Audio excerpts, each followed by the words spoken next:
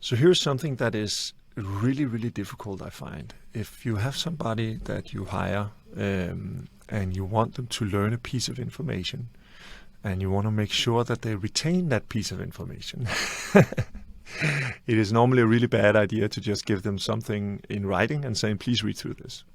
And then assume afterwards that they know it and they can actually take that information and they can use it.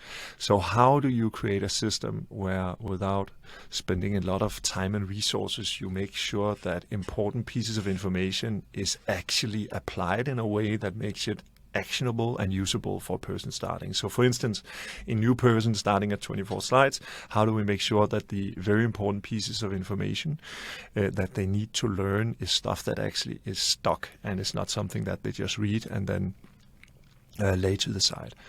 If you kind of look at how does information get added into the brain of humans, I found that one of the most effective ways of creating that is to ask people to create a presentation and present back their understanding of a given topic.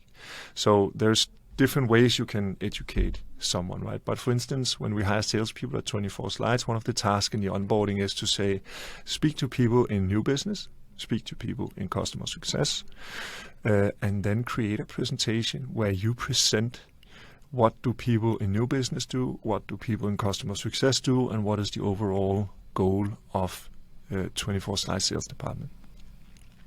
So instead of somebody speaking to somebody in new business and then like getting it, and then speaking to somebody in customer success and understanding that, the process of then saying, how do I take that information, put it into a presentation, invite the entire sales meeting, and then present back to the sales team what it is that they are doing, forces people to digest and work with information in a completely different way. And I highly recommend this technique for all kinds of learning in an organization.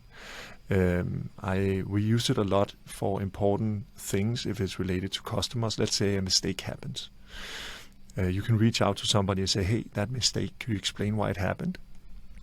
Or please investigate what happened. And then they come back to you and they say, you know, this happened. And it's just a verbal communication where they talk.